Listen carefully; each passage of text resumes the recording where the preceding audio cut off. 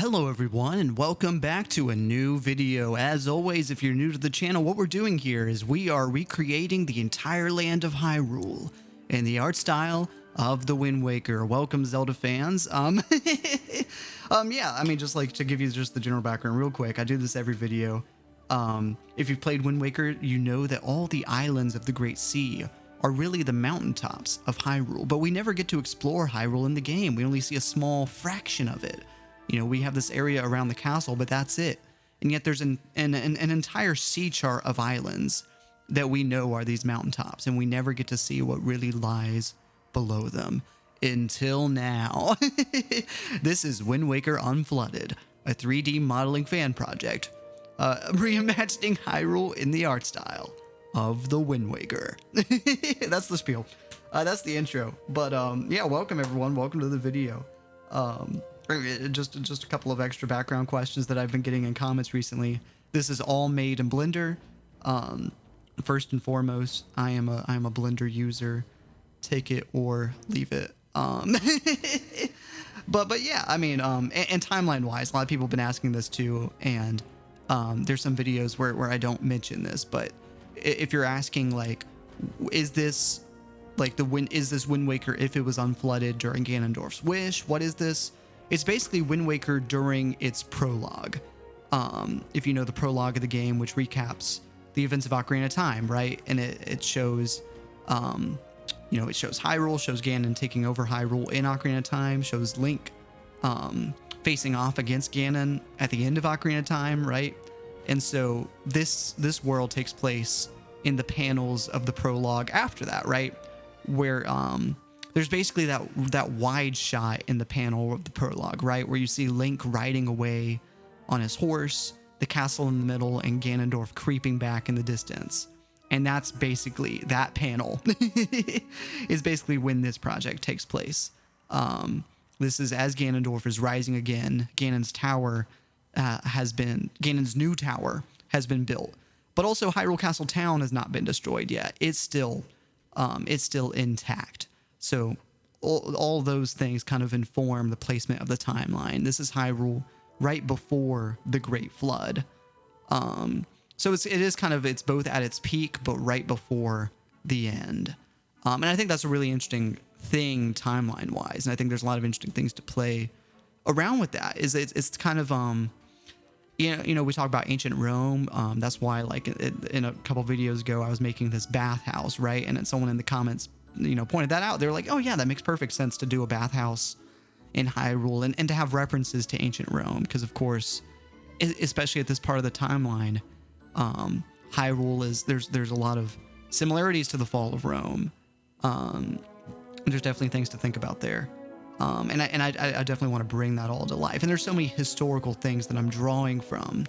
It's not just Rome, but I've been incorporating aspects of London, and I want to incorporate aspects of Paris, and even kind of design the architecture, especially Hyrule Castle Town, to let you think about like, well, what would a revolution look like? Even thinking about the French Revolution and how they used their streets, and I don't know. These are all things that I'm thinking about. Those is what I'm trying to say.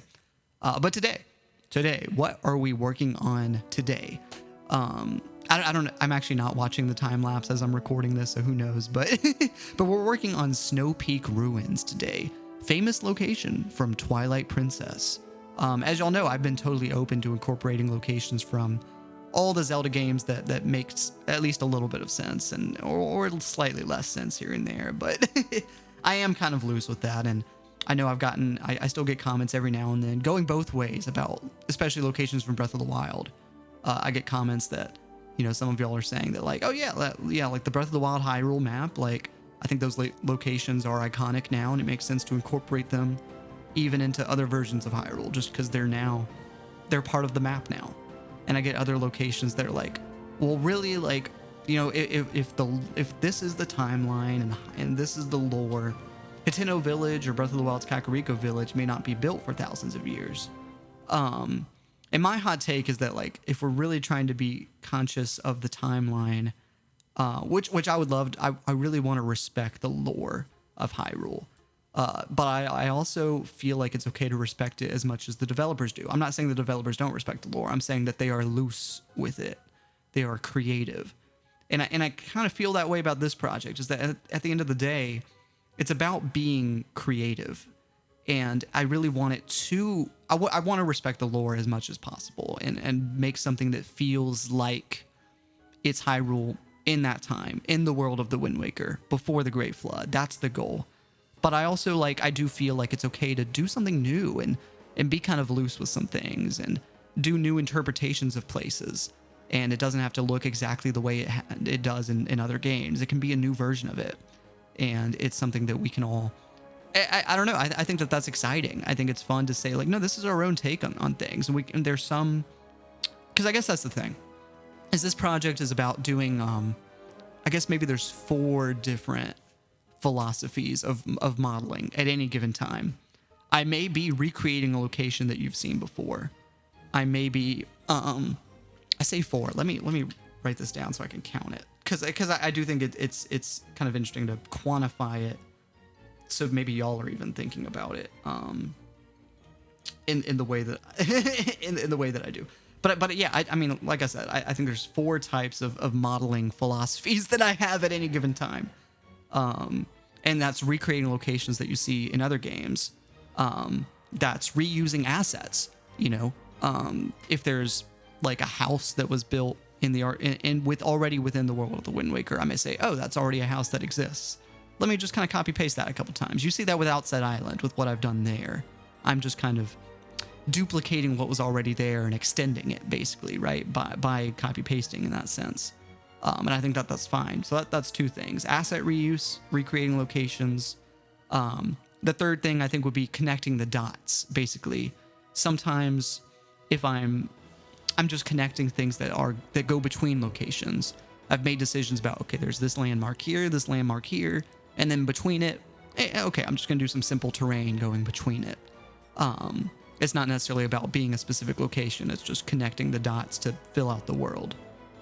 So that's 3 things: asset reuse, location recreation, connecting the dots between locations. And I think the 4th thing is pure creativity and doing something new, creating new places, new takes on locations, emphasizing Hyrule as you've never seen it before. And those 4 philosophies are all I think it's interesting because you see it in different videos, and sometimes I bring it up that sometimes I think I talked about this in my Earth Temple video, right? That was not drawing from a previous design. It was this giant Redead statue. I think that's kind of fun, and it was kind of easy to put together, but it's this is kind of going out on a limb, and I'm doing something new here. But then sometimes, yeah, Snowpeak, and I am doing a new take on Snowpeak as you're watching. But it is also something that that is I'm trying to really elicit the Twilight Princess location. And I do want to talk about Snowpeak too, because this is I should have brought this up earlier, but this is something that is actually starting to feature collaboration in new ways. I mean, you can already see on screen there's a chandelier, and that was given to me by Ignatius Coulter. So shout out to for the first video. We're starting to bring on more collaborators that are visible in the progress of this project. That's awesome. I was also sent over some textures that had been reworked in Blender by JamesO2 from the Twilight House from, I think, Mario Kart DS. That's how it was described to me. I haven't played Mario Kart DS. I don't exactly know what the track is called. Is it just called Twilight House Mario Kart? That's just, I don't know, but I'm not super familiar with that stage. But I really liked its textures, and he reworked the windows especially, and trying to make that a better emissive material. And I thought that could be at home within the world of the Wind Waker. It's a little bit cartoony, and because I think that's the thing is this. I think this version of Snowpeak, I think it is a cool idea to kind of reinterpret it as almost a little more cartoonish, a little more Luigi's Mansion than anything, right? And kind of leaning into that aspect. I'm excited to keep pushing that forward.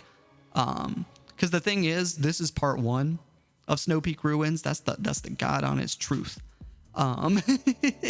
There will be a part 2 because there is more work to do on this location. But yeah, shout out to James, shout out to Ignatius. Really glad to have more people involved on the project. I'll go ahead and shout out while I'm talking about it. I just recently received a tree asset by Melon Speedruns, and I'll put that on screen now too, because I think the tree looks great, and it's like all these things, like whether that's, like I said, the model for the chandelier, the textures, the trees, all those little things. It's like, if you're interested in collaborating and helping out, it doesn't have to be some crazy thing. I'd love for you to do your own take on like a major location, but also it's like it's helpful just to have these small assets here and there. I say small, it's very appreciated.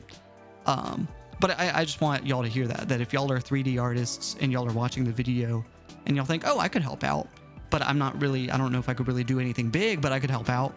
There's tons of like little small things you can do like that would be great to have you on board.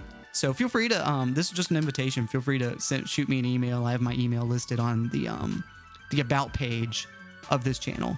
And so I would love for you to, if there's 3D artists watching this video, I'd love for y'all to reach out and, we can talk about collaboration and see if there's something that, I want to empower you to do what interests you as well. I really want, if there's a location you're interested in, if there's an asset that you go, oh, I kind of think it'd be interesting to re-envision this in the art style of the Wind Waker, then feel free to shoot me an email, and I'd love to bring more people on board.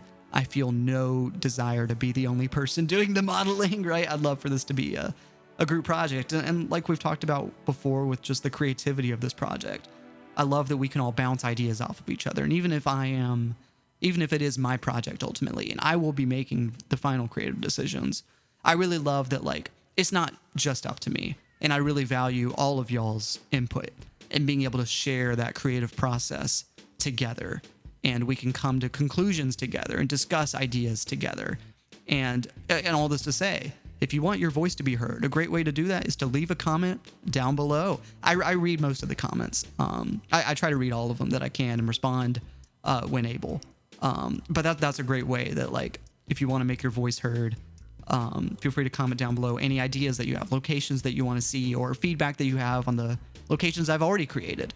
If it doesn't look the way you imagined it, feel free to comment down below. I really welcome that. Also, keep an eye out on the community page of this channel. I'll be posting polls or asking questions about design decisions that y'all can see there. If you want to stay up to date with being able to make your voice heard, I may put a poll up and see just how you envision certain locations. That's what I did with Castletown before making the decision to put it on the lake, because that was all up through a community poll. And even doing Snowpeak, that was a decision that I posted some locations options, and y'all voted on doing Snowpeak. So this video is possible because of a community decision, because y'all said that y'all wanted to see this location. So I really thank y'all for being vocal, and I've really enjoyed reading y'all's comments, and so I want to encourage y'all to keep posting comments, because it really makes a difference and impacts this project directly as far as the creative decisions that I make. Your comments are a direct influence on that. So thank you for that. I am going to wrap up the video. So just to, people that watch the channel know, but if anyone's new, I got to tell y'all this. A couple ways that y'all can support me. Becoming a member on Patreon directly supports the creation of all my projects. It means so much. Becoming a member on Patreon gives you exclusive bonus features to all kinds of early access content that you might find valuable. Early access to music that I compose, scripts that I write, previs, storyboards. I'm a filmmaker, and you get early access bonus features to all kinds of filmmaking content from me. And like I said with music, that's early access to music, but you can also listen to my music on Spotify. Any music that you've heard in the background of this video was my music.